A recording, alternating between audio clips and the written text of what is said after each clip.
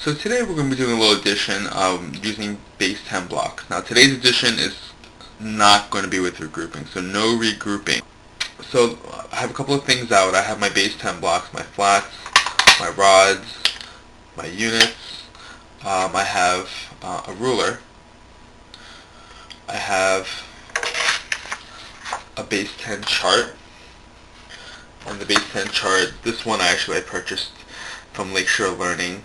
But you can actually buy it online. You can print it online, do a search for it, find it online, or you can just use construction paper, a piece of paper, draw and write it out. And I have my units, my rods, and my flats, and the accompanying pictures. I also have a ruler, and I have a blank piece of laminated paper which I'll be using to write some addition problems down. I also have a little dry erase marker. Now, the first thing I want to make sure with children is, or students, is to make sure that they understand the concepts behind the base 10 blocks. For example, I don't introduce addition right away. I allow a few weeks for kids to kind of get used to the mechanics of base 10 blocks.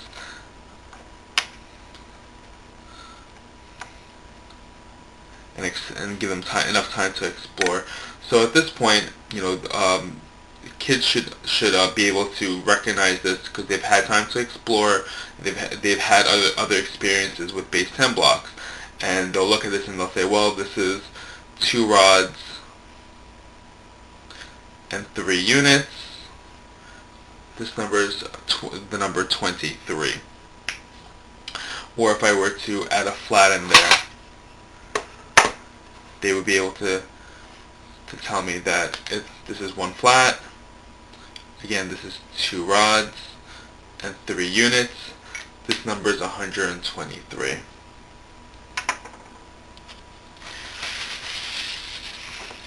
So once we're certain that our students or children are aware of that, are aware of some of those basics, the next thing what we're going to do with this is we're going to do a little addition problem with no regrouping. What I like to do is I like to make kind of 2 different lines, because if we're adding 2 different sums, let's see, just a little dotted line. We'll separate between the 2 sums. So one of the sums will go here, and one of the sums will go here. Actually, this is going to be our summation line. So we're going to introduce a problem for our students. We are going to say, we'll start something small. We're going to do something as simple as 3 plus 2 equals. Put this back up here. So, what we'll model to children is, the first thing I'm going to do is for the number 3, that's our first number, we're going to put it on top. That's our number 3. I'm going to write the number 3. And then our second number is the number 2. We're going to take 2 units. Number 2. And now what we're going to do is we're going to add these together. And how we add this together is we take all the units from the bottom, or whatever we're adding from the bottom, we bring it to the top. So we have 3 on top, and we're going to bring everything from the bottom to the top. So 4, 5. What we'll do is we'll erase this over here. We already know that that's not the number, and we'll put 5 down here. So 3 plus 2 equals 5.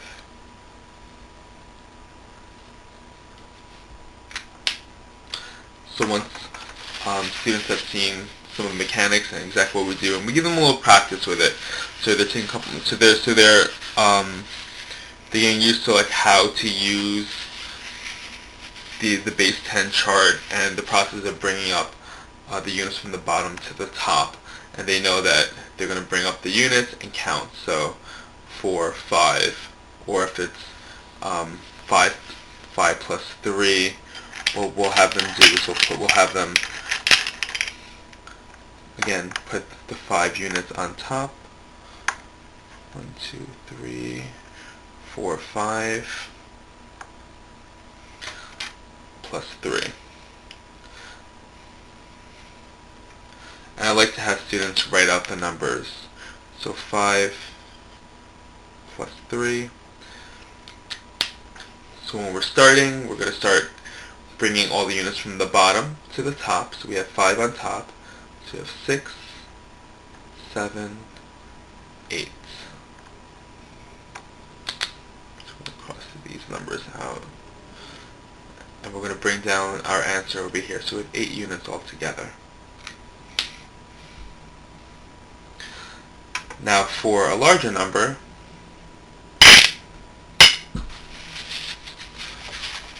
we'll do the same thing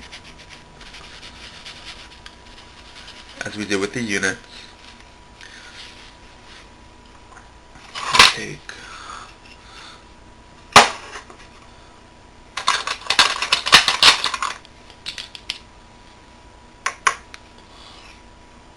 you can actually also make your base 10 chart a little bigger. I have bigger base 10 charts, but I didn't have them readily available.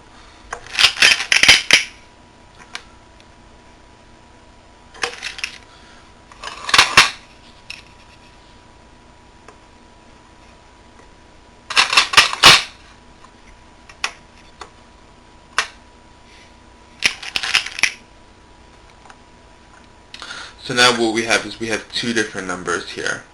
And the first thing I like to have my kids do is write out each of the numbers.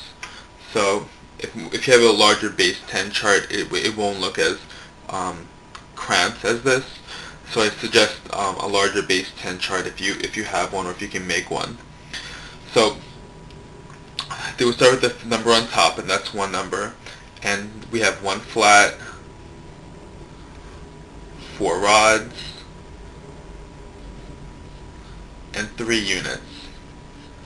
So the number on top is 143. Now the number on the bottom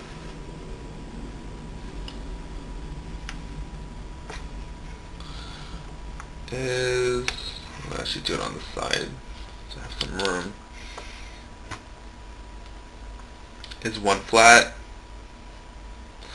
2 rods, and 2 units.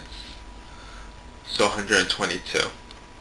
So what we're going to do is, just as we did before, and again, we're always starting from the ones column. So that's another thing you want to introduce to students, that when we do addition, we always start at the units column, and we go to the next.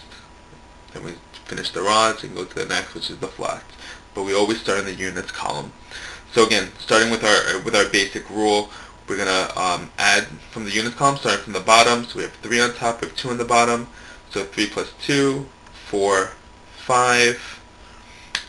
Put 5 down here.